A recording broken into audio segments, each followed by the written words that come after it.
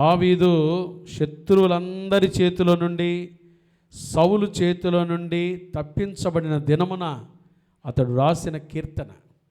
ఇప్పుడు నేను ఒక ప్రశ్న అడుగుతా, చెప్పండి. కీర్తనలన్నీ డాష్ భక్తులు చేసిన ప్రార్థన కదండి. ఇది దావీదు చేసుకున్న ఏంటిది? ప్రార్థన. దావీదు మంచి ప్రార్థనాపరుడండి. ప్రార్థనాపరుడు. అనుభవంలో నుంచి ప్రార్థించాడు, దేవుని స్తుతించాడు కదండి. పాటలు పాడేవాడు. మీకు ఒక రహస్యం చెబుతా, బాగా వినండి. మనం పాటలు పాడితే సైతాన్ పక్కనే ఉంటాడంట. ఓ భలే పాడుతున్నావే అంటాడంట. ఏమంటాడు చెప్పండి? ఎందుకో తెలుసా? వాడు మ్యూజిక్ డైరెక్టర్. లూసిఫర్ ఎవరో చెప్పండి? మనకంటే బాగా పాడతాడు. మనం పాడేది ఒక స్కేలే. వాడు పెద్ద శృతిలో పాడతాడు. వాడు 2 రెక్కలు విప్పితే మ్యూజిక్కే మొత్తం. పరలోకంలో లూసిఫర్ అభిషేకించబడిన కెరువు. లూసిఫర్ వస్తుంటేనంట మ్యూజిక్ వీణనాద సహితం బాగా పరలోకమంతా గానాలు వినబడేయంట, ప్రతిధ్వనించాయంట. వాడు మనం పాడితే సైతాన్ ఏమంటాడు చెప్పండి? భలే పాడుతున్నావే, నీకంటే నేను బాగా పాడుతా అంటాడంట వాడు. నాలాంటి సేవకులు ప్రసంగం చెప్తే భలే చెబుతున్నారే పాస్టర్ గారు, మీకంటే నేను బాగా చెప్తా అంటాడంట. ఎందుకు తెలుసా? లూసిఫర్ మంచి ప్రసంగికుడు కూడా. బైబిల్లో మనకు పట్టుమని 10 కంటత వాక్యాలు రావు, కానీ 66 గ్రంథాలు మొత్తం కంటత తెలుసు లూసిఫర్కి. యేసు ప్రభువారు అరణ్యంలో ఆయన శోధించబడేటప్పుడు ఎలా శోధించాడు సైతాన్ని చెప్పండి? వాక్యం ద్వారే. ఒక్కొక్క వాక్యాన్ని కోట్ చేస్తూ శోధించాడు. చూసారా? వాడికి వాక్యం తెలుసు. కానీ వాడిని మనం ఎలా జయించగలమో తెలుసా? అపవాదిని జయించే రహస్యం ఏంటో తెలుసా? మనం మోకరిస్తే వాడు పరిగెత్తుతాడు. ఎందుకో తెలుసా? వాడికి మోకాళ్ళ ప్రార్థన తెలియదు. వాడికి తెలియంది అదే. అపవాదిని జయించే ఆయుధం ఏదైనా ఉంది అంటే ఏది చెప్పండి? మోకాళ్ళ ప్రార్థన జీవితం. దేవుని బిడ్డలంగా మోకరించి ప్రార్థన చేసే అనుభవం నీకు నాకుంటే అపవాది పారిపోతాడు. వాడు మన దగ్గర నుంచి ఏమవుతాడు చెప్పండి? పారిపోతాడు. కాబట్టి ప్రార్థన చేద్దాం. ఈ సంవత్సరం సమయం దొరికిన కొలది దేవునితో మాట్లాడండి, బాగా ప్రార్థన చేయండి. ఒకవేళ మీరు వినుకొండ పరిసర ప్రాంతాల్లో ఉన్నవారైతే మీరు లైవ్లోనే చూస్తూ అట్లనే ఉండకుండా రండి. క్రీస్తు ఆశీర్వాద సంఘానికి ప్రేమతో ఆహ్వానిస్తున్నాం. లైవ్లో చూసేదానికన్నా పరిశుద్ధుల సమూహంలో కూడి ఆయన నామాన్ని స్తుతించి గణపరిచి ప్రార్థించుట దేవుడు మనకిచ్చిన ఆధిక్యత. కాబట్టి చక్కగా సన్నిధికి రండి, దేవుని స్తుతించి ఆరాధన చేద్దాం. శనివారం ఈ ప్రార్థన మనందరికీ ఆశీర్వాదకరంగా ఉండునుగాక. బలమైన కీర్తన అండి. ఈ కీర్తనలో నుంచి ఒక్క మాట ఈరోజు ధ్యానం చేద్దాం. 16 వచనం చూడండి. 18వ కీర్తన 16వ వాక్యం మన మూల వాక్యం. ఉన్నత స్థలము నుండి చెయ్యి చాపి ఆయన నన్ను పట్టుకొని మహాజలరాశులలో నుండి తీసెను. ఎక్కడి నుండి అండి? దేవుడు ఎక్కడి నుంచి తీశాడు? మహాజలరాశుల్లో నుండి. చూసారా? దావీదు తన అనుభవంలో చెప్తున్న మాట ఇది. ఈ రాత్రి మాటలు వింటున్న మన జీవితంలో కూడా ఈ వాక్యము కార్యసిద్ధి కలుగజేయునుగాక కదా. బాగా విందాం. ఈ వచనాన్ని 3 భాగాలు చేస్తున్నా నేను. 3 మాటలే వింటాం. 3 భాగాలు చేసి 3 మాటలు వింటాం. ఒకటి ఉన్నత స్థలము. చెప్పండి ఆ మాట గట్టి చెప్పండి. మన దేవుడు ఎక్కడుండేవాడు? ఉన్నత స్థలములలో ఉండువాడు. అంటే hour God is most high. ఆయన ఉన్నత స్థలములలో ఉండువాడంటే ఉన్నతుడు. చెప్పండి, ఎవరైనా ఎప్పుడైనా ఆలోచన చేసావా? మనం ఆరాధించే దేవుడు ఎవరు చెప్పండి? ఉన్నతుడు. గట్టిగా చెప్పండి, ఎవరైనా ఉన్నతుడు. మన ఊహకు అందనివాడు, మన జ్ఞానమునకు మితిలేనివాడు కదండి. అసలు ఆయన గురించి మనం ఆలోచించటం ఎందుకో తెలుసా? మన జ్ఞానం ఇంతదే. ఆకాశము నా సింహాసనము, భూమి ఇంకెంత గొప్పోడో ఆలోచన చేయండి. ఆయన ఎంత గొప్పోడో. నువ్వు ఎప్పుడైనా మందిరానికి వచ్చినప్పుడు ఈ ఆలోచనతో రావాలి. నేను ఆరాధించే దేవుడు he is the most high God. ఆయన ఉన్నతుడు. చెప్పండి, ఎవరైనా చెప్పండి. మనం చిన్న చిన్న సమస్యలు తీసుకొచ్చి ప్రభా ఇది కూడా చేయలేవు అనబాకండి. నీ సమస్యల కంటే, నీ ఆరోగ్యం కంటే, నీ ఆర్థిక ఇబ్బందుల కంటే, నువ్వు ఎదుర్కొంటున్న శోధనల కంటే మనం ఆరాధించే దేవుడు ఎవరు చెప్పండి? ఉన్నతుడు. గట్టిగా చెప్పాలి. ఎవరైనా ఉన్నతుడు, ఉన్నతుడు, ఉన్నతుడు. గట్టిగా చెప్పండి ఆ మాట. పదే పదే చెప్పండి. చెప్పాలమ్మ నోరు తెరిచి. ఉన్నతుడు, ఉన్నతుడు, ఉన్నతుడు. అందుకనే ఉన్నత స్థలములో నుండి, ఎక్కడి నుండి చేయి చాపాడు ఆయన చెప్పండి? ఆయన ఉండేది ఎక్కడ చెప్పండి? ఉన్నత స్థలములలో. ఎంత గొప్ప దేవుడు అండి. మొదటి మాట, మనం ఆరాధించే దేవుడు ఉన్నతుడు అనే మాట చూద్దాం. రెండో మాట, ఉన్నత స్థలము నుండి ఆయన ఏం చేశాడండి? చెయ్యి చాపి నన్ను పట్టుకొనిను. ఏం చాపుతున్నాడు ఆయన? ఉన్నత స్థలం నుండి ఏం చాపుతున్నాడు? He stretched his hand. ఆయన చెయ్యి చాపి, చెయ్యి చాపి. ఎంత గొప్ప దేవుడో చూడండి.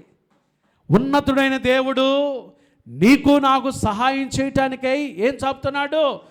చెయ్యి చాపుతున్నాడు. చాలాసార్లు మనం ఎవరికాడని చెయ్యి చాపుతున్నామంటే దేనికోసం? వాళ్ళ సహాయం కోసం కదండి. దేవుడేదో మన సహాయం కోసం కాదు చెయ్యి చాపుతుంది, మనకు ఏం చేయాలని? సహాయం చేయాలని. సాయంకాలం ఆయన సన్నిధికి వచ్చిన నీకు నాకు సహాయం చేయుట కొరకై ఆయన ఉన్నత స్థలం నుండి ఏం చాపుతున్నాడు? చెయ్యి చాపుతున్నాడు. హల్లెలూయా.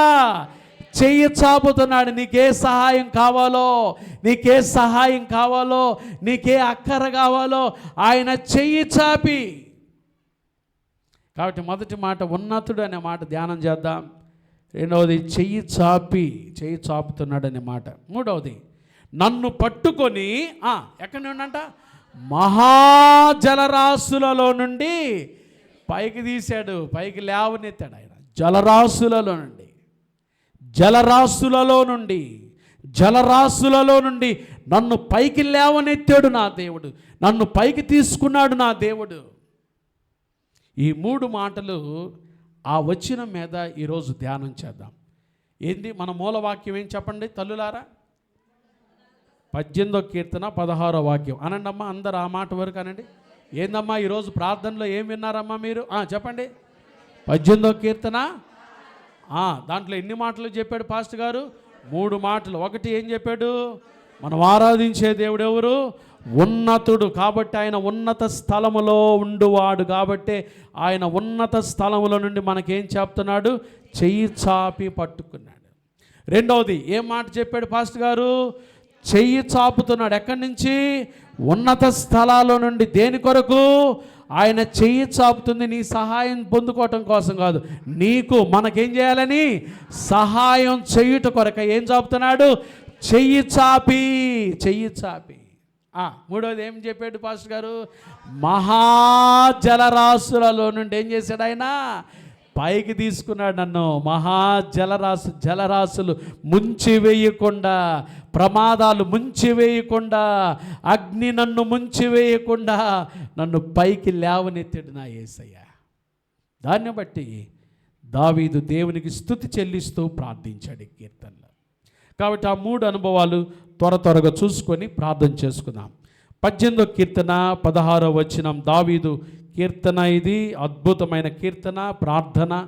కీర్తనలన్నీ ప్రార్థన. దావీదు మంచి ప్రార్థనాపరుడు, దేవుని సన్నిధిలో ప్రార్థించాడు. కాబట్టే రాజుగా ఆశీర్వదించబడ్డాడు. ప్రార్థించాలి విశ్వాసులారా, దేవుని బిడ్డలారా. ఈ సంవత్సరం సమయం దొరికిన కొలది దేవుని సన్నిధిలో గోజాడండి, ప్రార్థించండి, ప్రార్థించండి, ప్రార్థించండి. ప్రార్థన అపవాది చేయలేడు. ప్రార్థన మీరు మోకరిస్తే సైతాను గడగడ వణికిపోతాడు. కాబట్టి ఎక్కువగా ప్రార్థన చేయండి, దైవ దీవెనలు పొందుకుందాం.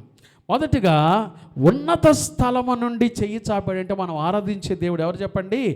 ఉన్నతుడు, ఉన్నతుడు, ఉన్నతుడు ఆయన కదండి. దావీదు 57వ కీర్తనలో కూడా రాస్తాడు చూడండి. 57వ సంకీర్తన, 57వ సంకీర్తన చక్కగా 2వ వాక్యం చదువుతారు భక్తులు.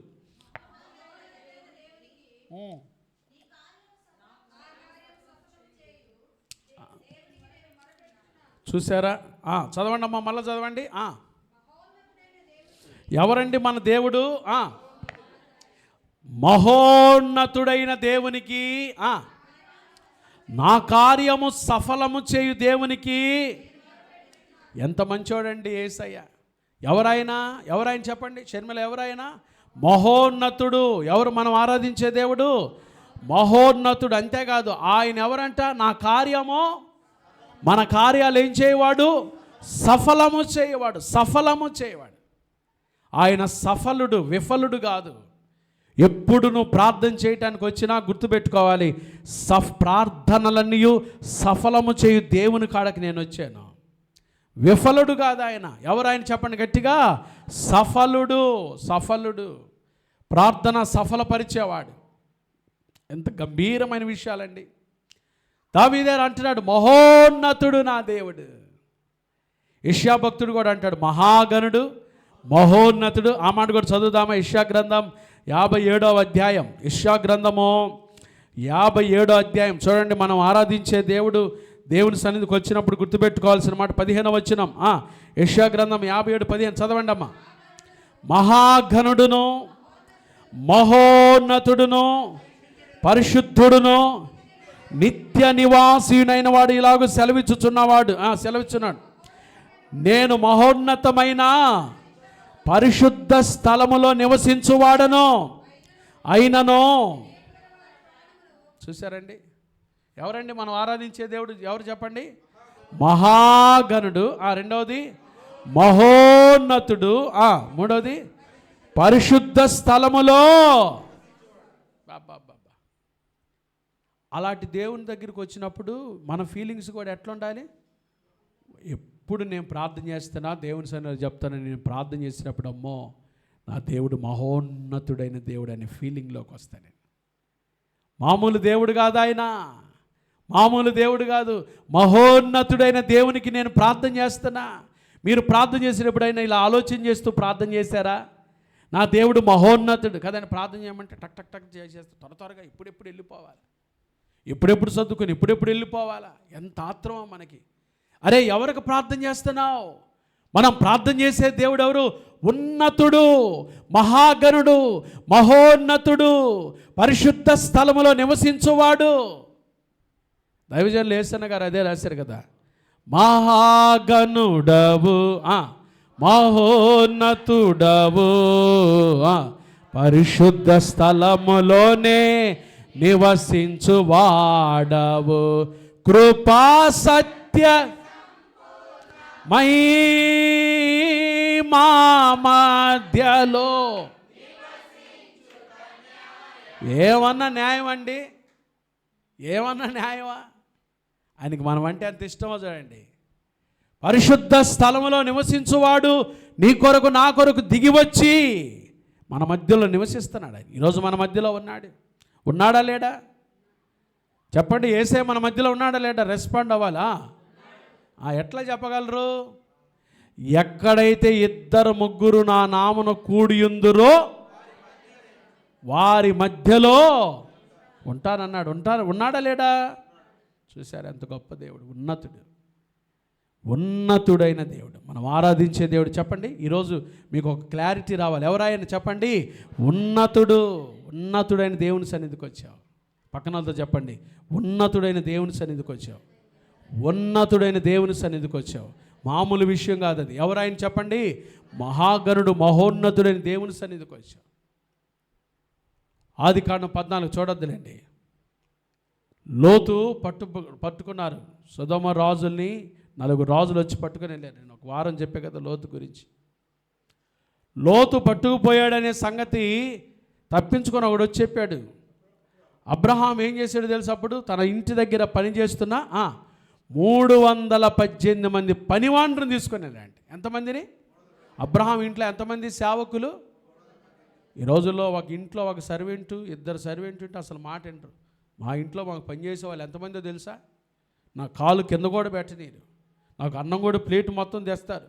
అసలు నన్ను చెయ్యాడనీరు, కాలానీరు. తర్వాత నీకే గ్యాస్ ప్రాబ్లం వస్తుంది కదా. 2 పనులు ఉంటేనే మనం ఎంత గంభీరంగా చెప్పుకుంటామో. నాకు సర్వెంట్ ఉన్నారండి, వాళ్ళు ఉన్నారండి. కానీ అబ్రహాం ఇంట్లో ఎంతమంది చెప్పండి? 318 మంది పనివారు. అబ్రహాం తీసుకున్నాడు, వాళ్ళ మొత్తాన్ని తీసుకొని వెళ్ళాడు, జయించి లోతుకు సంబంధించిన మొత్తం తెచ్చి అప్పగించాడు. సొదొమ రాజు జయించుకొని వస్తుంటే అబ్రహాం ఏమంటాడు తెలుసా? ఏమన్నాడు చెప్పండి? సొదొమ రాజు, ఆస్తిని నువ్వు తీసుకొని మనుషుల్ని నాకు. అప్పుడు అబ్రహాం ఏమంటాడు తెలుసా? చిల్లి గవ్వ కూడా నాకు. దేవుని బిడ్డలు ఎప్పుడు లోక సంబంధమైన ఆస్తిపాస్తుల కోసం ఎప్పుడు వెంపర్లాడకూడదు. వాళ్ళు ఇస్తే బాగుండు, వీళ్ళు ఇస్తే బాగుండు, డబ్బులు ఒక్కడి నుంచి వస్తే బాగుండు, వీళ్ళు ఓరకిస్తే బాగుండు. ఓరకిచ్చే డబ్బులు ఎక్కడి నుంచి ఎవరిచ్చినా అది మనకు హానే కానీ మేలు కాదు. దానికోసం మనం ఎప్పుడు ప్రాకులాడకూడదు కూడా. అబ్రహాం ఏమంటాడు తెలుసా? ఆస్తిని తీసుకోమంటావా? వద్దు, నీ ఆస్తి చిల్లిగా అవ్వకూడదు. ఎందుకో తెలుసా? రేపు పొద్దున దేవుడు నన్ను ఆశీర్వదించి నేను గొప్పవాడిని అయితే నువ్వేమంటావు తెలుసా? అబ్రహాము ధనవంతుడు అవ్వడానికి కారణం ఎవరు? నేను అంట. వద్దు అని చెప్పి వస్తుంటే మెల్కీసేదెకు అనే యాజకుడు వచ్చి అబ్రహామును ఆశీర్వదిస్తే అబ్రహాము దశమ భాగం ఇచ్చేస్తాడు దేవునికి. దశమ భాగం ఇస్తాడు. దశమ భాగం ఇవ్వటంలో అబ్రహాము ఘనపాటి. దేవునికి దశమ భాగం ఇచ్చాడు కాబట్టి ఆ ప్రాంతంలో దేవుడు అబ్రహామును మహారాజుగా ఆశీర్వదించాడు, మహారాజుగా దీవించాడు. ఆ తర్వాత బైబిల్లో రాయబడిన మాట ఆదికాండం 14 అధ్యాయంలో సర్వోన్నతుడైన దేవుడు అబ్రహామును ఏం చేశానో ఆశీర్వదించి. ఎవరంటే అబ్రహామును ఆశీర్వదించింది? సర్వోన్నతుడు. హల్లెలూయా, హల్లెలూయా. మనం ఆరాధించే దేవుడు ఎవరు చెప్పండి? సర్వోన్నతుడు, ఉన్నతుడు, మహాగణుడు, మహోన్నతుడు. అబ్రహామును సర్వోన్నతుడైన దేవుడు ఆశీర్వదించాను. దేవుడు సర్వోన్నతుడు. యేసన్న గారు సంవత్సరానికి ఒకసారి ఒక్కొక్క పదం పెట్టుకొని దేవుని స్తుతిస్తూ ఉంటాడంట.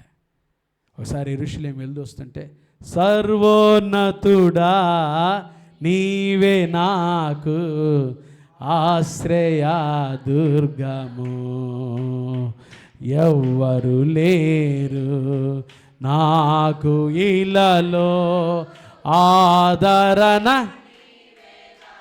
ఎవరండి మనం ఆరాధించింది? మీకు నోరు కూడా రావట్లే, మరి ఇంటికాడ ఏం తినొచ్చారు?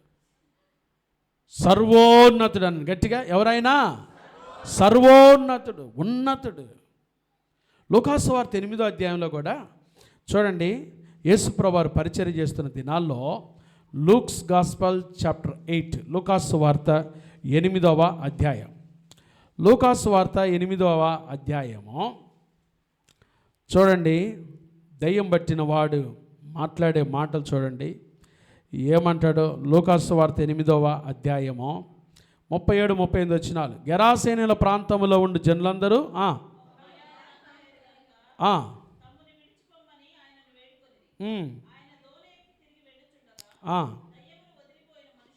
ఆ దయ్యములు వదిలిపోయిన 28 చదవండి. 28 లూకాసు వార్త 8:28. వాడు యేసును చూచి కేకలు వేసి ఆయన ఎదుట సాగిలపడి, యేసు సర్వోన్నతుడైన దేవుని కుమారుడా. ఏమన్నాడండి? ఆ దయ్యం పట్టిన వాడు ఏమన్నాడు? యేసు సర్వోన్నతుడైన దేవుని కుమారుడు. దేవుని కుమారుడు అంటే ఆయన దైవత్వాన్ని తగ్గించటం కాదు. దేవునికి కుమారుడు అని దైవత్వాన్ని తగ్గించాడని చాలామంది అంటారు. కాదండి, దేవుని కుమారుడు అంటే దేవుడే. హల్లెలూయా. సన్ ఆఫ్ గాడ్ అనేది ఆయన పిలుపు. దేవుని కుమారుడు ఆయన దేవుడే. ఎక్కడ ఆయన దైవత్వం తగ్గించబడలేదు. ప్రభువుని పిలిచారు దేవుని కుమారుడా, సర్వోన్నతుడైన దేవుని కుమారుడా, సర్వోన్నతుడా. చూసారా? యేసయ్య సర్వోన్నతుడు. చెప్పండి, ఎవరాయన? చెప్పండి, సర్వోన్నతుడు. ఎవరి సన్నిధికి వచ్చావు? ప్రార్థన చేయడానికి ఎవరి సన్నిధికి వచ్చావు? చెప్పాలి గట్టిగా. మీ దగ్గర ఆసక్తి, ఆ మాట చెప్పాలనే ఆసక్తి ఉంటే రగిలిపోతూ చెప్పండి, ఎవరి సన్నిధికి వచ్చావు? ఉన్నతుడు నా దేవుడు, ఉన్నతుడైన దేవుని సన్నిధికి వచ్చా. మహాగణుడు, మహోన్నతుడైన నా దేవుని సన్నిధికి వచ్చా నేను ప్రార్థన చేయటానికి. నా దేవుడు మహోన్నతుడు, మహాగణుడు, సర్వోన్నతుడు. ప్రియమైన దేవుని బిడ్డలారా, ఆయన సర్వోన్నతుడు, ఉన్నత స్థలములో నివసించువాడు కాబట్టే ఆయన ఉన్నత స్థలములో నుండి చెయ్యి చాపి మనల్ని పట్టుకుంటున్నాడు. నా ప్రియమైన దేవుని బిడ్డలారా, ఈ గ్రహింపు నీకు నాకు రావాలి. ప్రార్థన చేసే ముందు, నా దేవుడు ఉన్నతుడు, సర్వోన్నతుడు, మహాగణుడు, మహోన్నతుడు, పరిశుద్ధ స్థలములో ఉండువాడు, అంతటి గొప్ప దేవుని మందిరానికి నేను వచ్చాను, అంతటి గొప్ప దేవుని సన్నిధికి నేను వచ్చాను, అంతటి గొప్ప దేవుని సన్నిధిలో ప్రార్థించుట నాకెంత భాగ్యమో కదండి. ఎంత భాగ్యం అండి. ఒక దేశ ప్రెసిడెంటే మనకు బాగా తెలిస్తే ఎట్ట చెప్తాం చెప్పండి. అసలు మాటలకు అందని మాటలతో చెబుతాం కదా. నాకెవరో తెలుసా? ఆయన మా బాబాయ్. మోడీ గారు ఎవరో తెలుసా? ఎవరు? మా బాబాయ్. నీకేం తెలుసు? మా బాబాయ్ నన్ను పిలుస్తాడు, ఫోన్ చేస్తాడు, మాట్లాడతాడు, నేను మాట్లాడతా. మామూలు చెప్పుకుంటారండి. ఆయన 4 సూట్లు నాకు ఇచ్చాడు తెలుసా?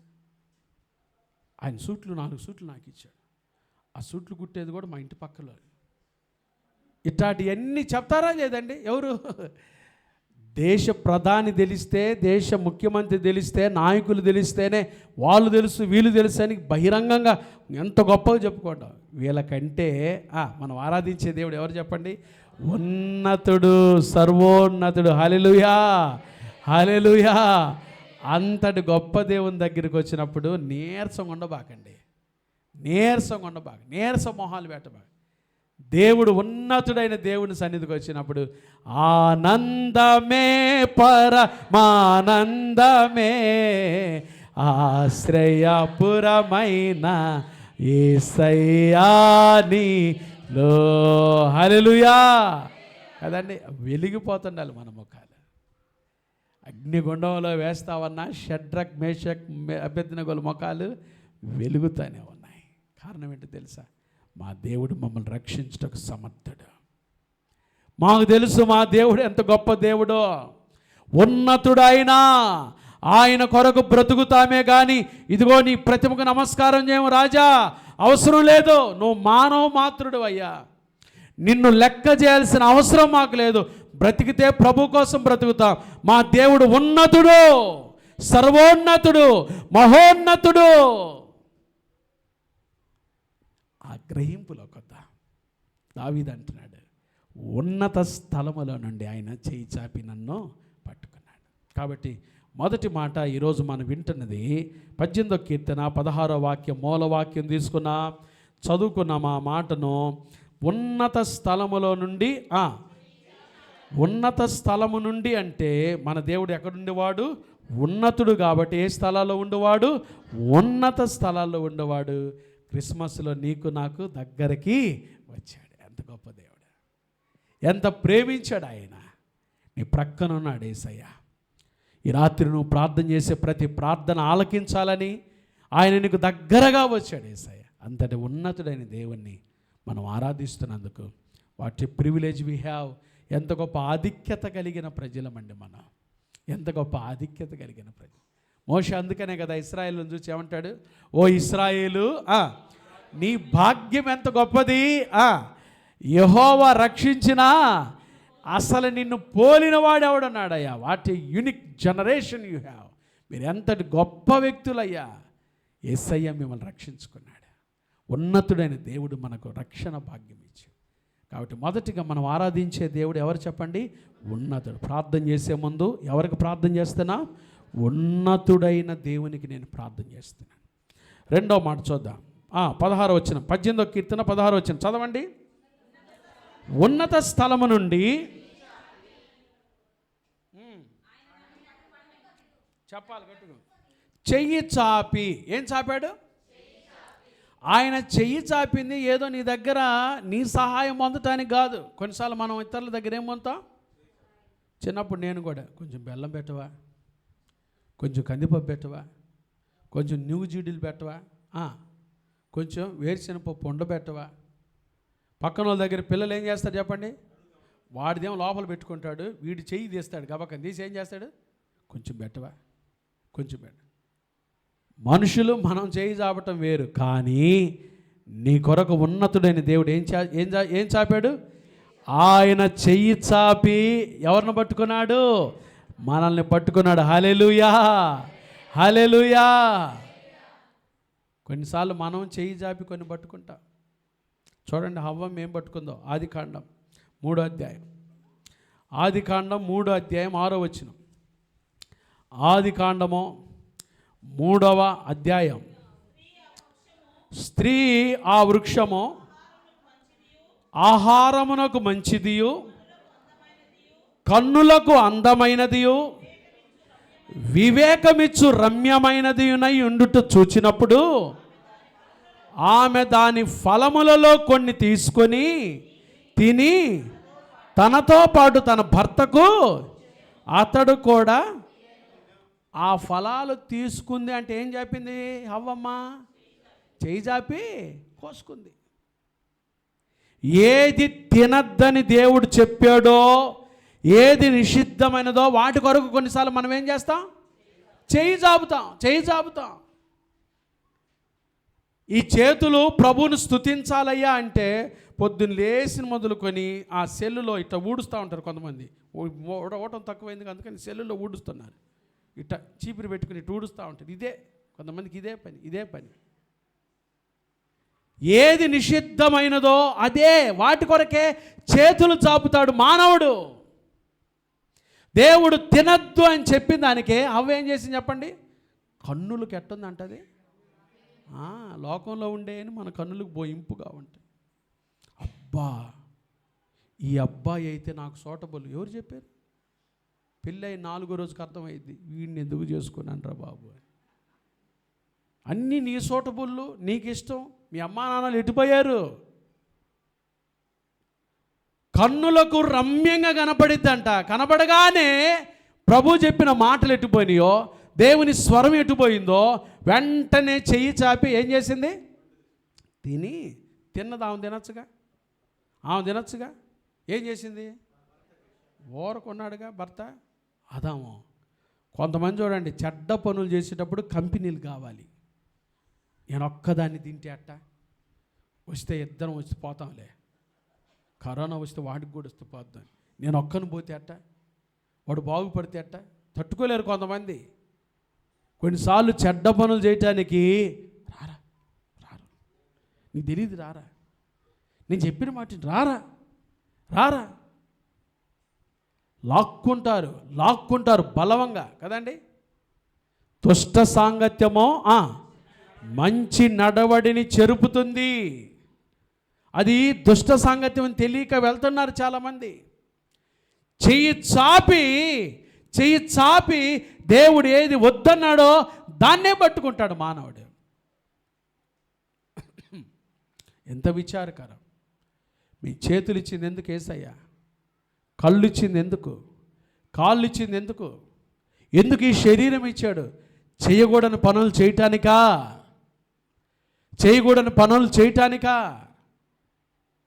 ఎందుకు ఈ అందమైన చేతులు? ఎందుకు ఈ అందమైన కళ్ళు? ఎందుకు ఈ అందమైన కాళ్ళు? చేయకూడని పనులు చేయటానికి కాదు. రాత్రి అయితే కాస్త వేసుకుందాం రారా, ఆ బాటిల్ పట్టుకోవడం కోసం కాదు, ఆ చూడకూడని దృశ్యాలు చూడటం కోసం కాదు. దేవుడి అందమైన జీవితాన్ని ఎందుకు ఇచ్చాడో తెలుసా? ఈ అందమైన శరీరంలో ఆయన నివసించి దేహము ఆయనకు ఆలయముగా చేసుకొని ఈ ఆలయమైన దేహం ద్వారా ఆయన నామం ఘనపరచబడుట కొరకే ఇచ్చాడు. ఎంత గొప్ప దేవుడు. చేతులు ఇచ్చింది పాపం చేయటం కోసం కాదు, కాళ్ళు ఇచ్చింది పాపానికి పరిగెత్తడానికి కోసం కాదు, కళ్ళు ఇచ్చింది చూడకూడని చూడటానికి కాదు. మానవుడు చూడండి ఎంత భయంకరమైన మనిషి. దేవునికి సమర్పించుకుందాం. ఈ సంవత్సరమైనా ప్రభా ఈ దేహంతో నీ కోసం బ్రతుకుతానయ్యా, ఈ నోటితో నిన్ను స్తుతిస్తానయ్యా, ఈ నాలుగుతో నీ నామాన్ని గణపరుస్తానయ్యా, ఈ కళ్ళతో నిన్నే నీకు ఇష్టమైన వాటినే చూస్తానయ్యా, నీ వాక్యం చదవటానికి నీకు ఇష్టమైన నా కన్నులకు ధ్యానంగా నన్ను నీ ముందు పెట్టుకొని నడవటం కోసమే, ఈ చెవులు నీ మాటలు వినటం కోసమే, ఈ చేతులు నీ కొరకు కష్టపడి పనిచేయటం కోసమే, ఈ కాళ్ళు నీ కోసం సువార్త కొరకై పరుగులు తీయటం కోసమే సమర్పించుకుందా. ఎంతకాలం ఇంకా చేయకూడని పనులు చేస్తా? చెయ్యి చాపి ఆ ఫలం తీసుకొని పాపం తెచ్చుకుంది హవ్వ. దేవుడేమో ఉన్నత స్థలము నుండి ఏం చాపుతున్నాడు? చెయ్యి చాపి నన్ను. మనకు తెలుసు కదండి, మత్తయి సువార్త 14 అధ్యాయం. శిష్యులను పంపించాడు యేసయ్య. రాత్రి 4వ జామున ఆయన వారి మధ్యలోకి సముద్రం మీద నడుస్తూ వస్తున్నాడు యేసయ్య. యేసయ్య సముద్రం మీద నడుస్తూ ముందేమో భూతం కాదురా బాబు, నేను. చూడండి, కళ్ళతో చూడండి, సరిగా చూడండి. యేసు ప్రభువుని చూశారు వాళ్ళు. వెంటనే పేతురు ఏమన్నా తెలుసా? ప్రభువా, నీవే అయితే నేను కూడా వస్తా, నాకు కూడా సెలవి. చదువుదా మాట. మత్తయి సువార్త 14 అధ్యాయం. The gospel according to Saint Matthew's chapter 14. మత్తయి సువార్త 14 అధ్యాయం. ఏం జరిగిందో చూడండి. మత్తయి సువార్త 14 అధ్యాయం 26 నుంచి చదువుదాం. మత్తయి సువార్త 14:26. ఆయన సముద్రం మీద నడుచుట శిష్యులు చూచి తొందరపడి భూతమని చెప్పుకొని భయము చేత, చూడండి భయం ఎందుకు వచ్చింది తెలుసా? వాళ్ళ ఆలోచనే. యేసు ప్రభువుని ఏమనుకున్నారు? నిలబడింది ఎవరు? నడుస్తుంది ఎవరు? గుర్తుపట్టండి కాస్త. తొందరపడి భయపడబాకండి. కేకలేశారంటే వెంటనే యేసు ప్రభు అనే మాట చూడండి. ధైర్యం తెచ్చుకోనండి. రాత్రి ఎవరు భయముతో వచ్చారో, ఎవరు భయముతో ఉన్నారో ప్రభు చెప్తున్న మాట, ధైర్యం తెచ్చుకొనుడి, నేనే, భయపడకూడని. ఎంత చక్కటి మాటలండి యేసయ్య మాటలు, ఎంత ధైర్యం కలిగించే మాటలు. కృంగిపోయి ఉన్నప్పుడు దేవుడు చెప్పే మాట, ధైర్యం తెచ్చుకో, నిరీక్షణ తెచ్చుకో, నేనున్నాను కదా, భయపడబాకు, నిన్ను బాగు చేసే దేవుడు నేనున్నాను కదా, భయపడబాకు. పేతురు అన్నాడు 28వ వచనం, ప్రభువా, నీవే అయితే నీళ్ళ మీద నడిచి నీ వద్దకు వచ్చుటకు నాకు సెలవిమ్మని ఆయనతో నేను. యేసు ప్రభు ఎప్పుడు ఏమంటాడు చెప్పండి? కమ్. ఆయన నోట్లో నుంచి జాలు వారే మాట ఏం తెలుసా? రమ్ము. మనమే షరతులు పెట్టుకుంటాం. ప్రభా 2025వ సంవత్సరం జనవరి 30వ తారీఖున నేను రక్షణ పొందుతాను. వద్దురా బాబు, ఈరోజే ఈరోజే వాయిదా వేయబాకు. కమ్. ఏ పరిస్థితుల్లో ఉన్నావో, ఏ స్థితిగతుల్లో ఉన్నావో, ఎలాంటి జీవితాన్ని జీవిస్తున్నావో నా దగ్గరికి రా. నేను బాగు చేస్తారా. ఆయన రమ్మనగానే 29వ వచనం, పేతురు దోణి దిగి యేసు వద్దకు వెళ్ళుటకు నీళ్ళ మీద, చరిత్రలో వీళ్ళిద్దరే నీళ్ళ మీద నడిచింది. ఎవరెవరు చెప్పండి? యేసు ప్రభు, రెండవది పేతురు. భూమి మీద ఎవ్వరు నడవలా, నీళ్ళ మీద. ఒక ఆయన మద్రాసులో నేను నడుస్తా, చూడండి అన్నాడు. వాడు ఒక కాలేజీగానే మునిగిపోయాడు. ఇది మనుషులకు అసాధ్యం, దేవుని కృప. పేతురు నడిచాడు, నీళ్ళ మీద నడిచాడు. నీవు నడిచావు, నన్ను నడిపించుమో. నడిచాడు, పేతురు నడిచాడండి. నీళ్ళ మీద సముద్రం మీద నడిచాడు. ఎట్ట నడిచాడో పేతురు, తీసాడు అన్నాడు. నడిచాడు, బాగానే నడిచాను కానీ గాలిని చూచి భయపడి ఏమైందండి? ఇదేంది మునిగిపోసాగింది. నీళ్ళల్లో రాయేస్తే ఏమైంది? మునిగిపోద్ది. ఒకే ఆన్సర్, మునిగిపోసాగి. ప్రభు అవకాశం ఇస్తాడు. ఎందుకో తెలుసా? మనం మునిగిపోవటం ఆయనకి ఇష్టం. ఆయన అవకాశం ఇవ్వకపోతే ఎంతమంది మునిగిపోయే వాళ్ళమో. హల్లెలూయా. నాలాంటి ఎప్పుడో మునిగిపోయేవాడే. దేవునికి స్తోత్రం. మనం మునిగిపోవటం, మనం నశించటం దేవునికి ఇష్టం లేదు. అందుకని పోయిన సంవత్సరం అంతా మాట్లాడాడు, మళ్ళీ ఈ సంవత్సరం కూడా ఫ్రెష్ వర్డ్, నూతన కృపతో మాట్లాడుతున్నాడు. నువ్వు మునిగిపోవటం దేవునికి ఇష్టం లేదు. నువ్వు అంధకారంలో జీవించడం దేవునికి ఇష్టం లేదు.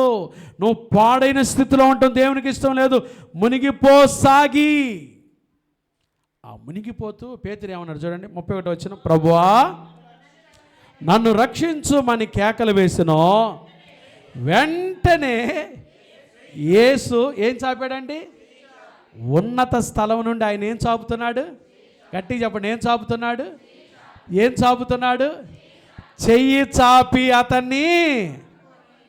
పేతురునే కాదు, ఇదిగో ఈ సాయంకాలం నిన్ను పట్టుకుంటున్నాడు యేసయ్య. హల్లెలూయా.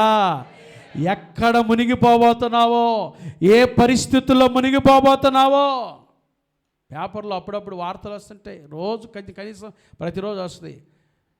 ఫలాని రైతు ఆత్మహత్య. దేని కొరకు?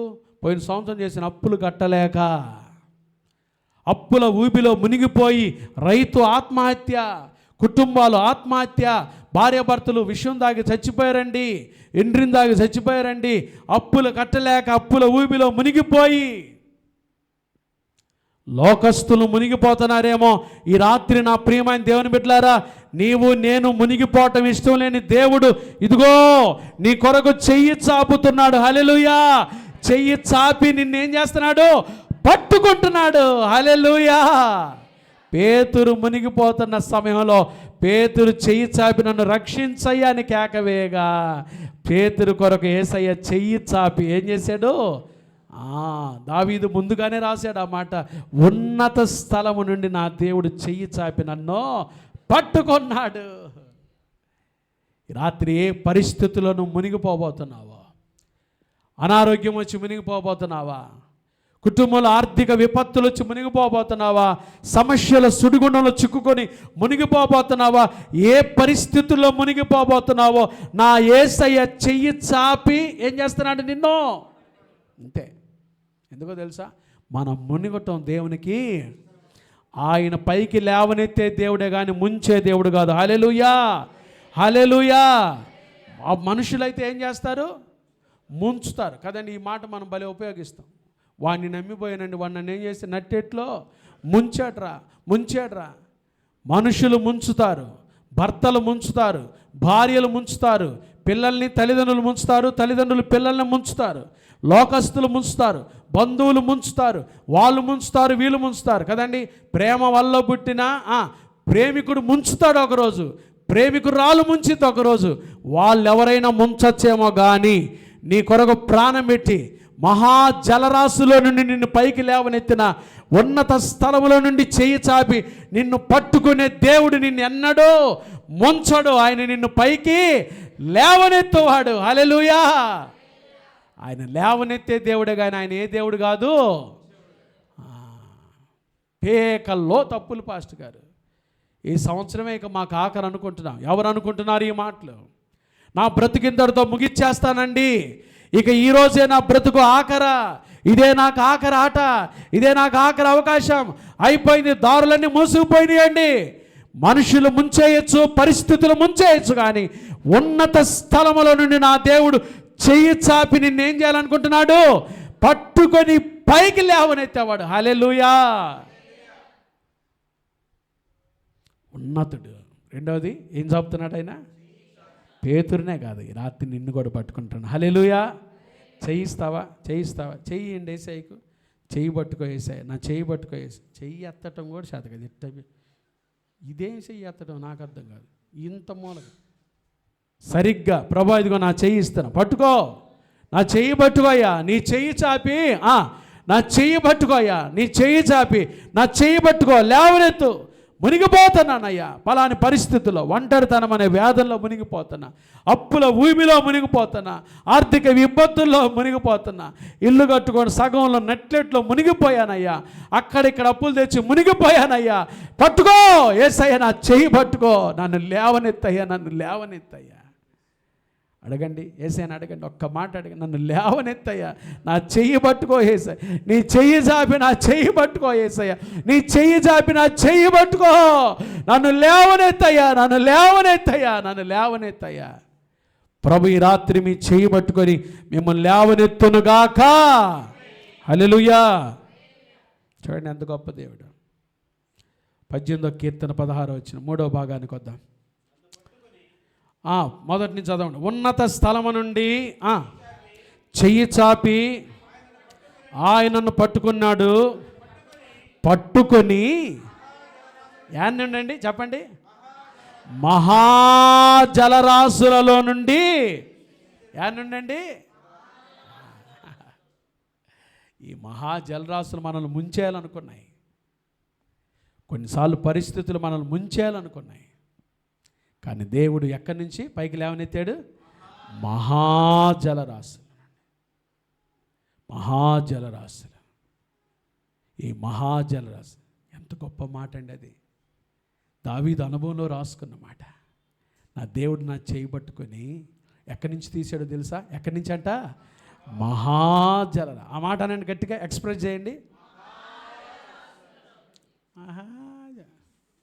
బాగా గట్టిగా చెప్పండి. మహాజలరాశులలో నుండి. ఎక్కడి నుండి? ఎందుకో తెలుసా? దేవుని వాగ్దానం. యెషయా గ్రంథం చూడండి. యెషయా గ్రంథం 43వ అధ్యాయం. యెషయా గ్రంథం 43వ అధ్యాయం మొదటి 2 వచనాలు. అయితే యాకోబు నిన్ను సృజించిన వాడుకు యెహోవా, ఇశ్రాయేలు నిన్ను నిర్మించిన వాడు ఎలాగు చెప్తున్నాడు, నేను నిన్ను విమోచించి ఉన్నాను, భయపడకమో, పేరు పెట్టి నేను పిలిచాను. నీ పేరు నీకు తెలియపోయినా నాకు తెలుసు, నీ పేరు మీ ఇంట్లో వాళ్ళకి తెలియపోయినా నాకు తెలుసు. కొన్నిసార్లు మన ఇంట్లో వాళ్ళే మన పేరు ఏం చేస్తారు? అరే నోవా, ఏది నాన్న నా పేరు డానీ అయితే నోవా అంటాడు వాడు. పిల్లల పేర్లు మనం మర్చిపోవచ్చు, మన పేర్లు పిల్లలు మర్చిపోవచ్చు, ఇంటి పక్కన వాళ్ళు ఇంటి పేర్లు. నీ పేరు ఎవరు మర్చిపోయినా మన ప్రభు ఎవరు చెప్పండి? పేరు పెట్టి పిలిచున్నాను, నీవు నా సొత్తు. నీవు జలములలో బడి దాటునప్పుడు నేను నీకేమై ఉంటాను? తోడై ఉంటాను. ఎక్కడండి? ఎక్కడ? జలముల.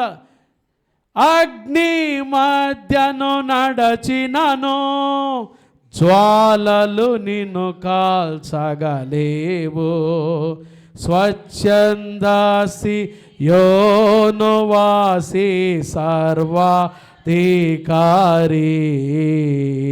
కస్తూరి పురాసి స్వచ్ఛంద సియోనువాసి సర్వాధికారి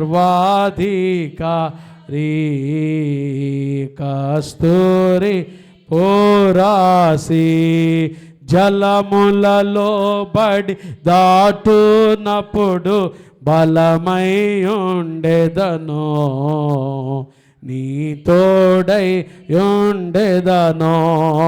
నదులలో బడి వెళ్ళునప్పుడు నీపై పారావు. అగ్ని మధ్యను నడచినను, అగ్ని మధ్యను నడచినను జ్వాలలు నిన్ను కదండి. జలములలో బడి నువ్వు దాటినప్పుడు నేను నీకు తోడయ్యండి. జలములు మనల్ని ఏం చేయాలనుకున్నాయి? ముంచేయాలనుకున్నాయి కదండి. ఆ ప్రియమైన దేవుని బిడ్డలారా, కొన్నిసార్లు మనకు వచ్చే కష్టాలు మనల్ని ఏం చేయాలనుకుంటాయి? కానీ ప్రభు ముంచనేడు. ప్రభు ముంచనేడు. ఈ సంవత్సరం మీకు సమృద్ధిని ఇవ్వబోతున్నాడు. హల్లెలూయా. స్వస్థతని ఇవ్వబోతున్నాడు. హల్లెలూయా. సంపదలు కురిపించబోతున్నాడు. హల్లెలూయా. జలములలో బడి దాటిన భయపడద్దు. అగ్ని మధ్య నడుచున్నప్పుడు జ్వాలలు నిన్నేం చేయలేవు. నడవాల్సిన పరిస్థితులు వస్తాయి కదండి. ఇత్తడి తలుపులు పగులాగొట్టెద ఇనుప గడియలను విడగొట్టెదను నేను. అంధకార స్థలములలో ఉన్నట్టి నిధు రహస్యములో మరుగైన ధనమును నీకోసంగెదను. ఎంత బలమైన పాట అది.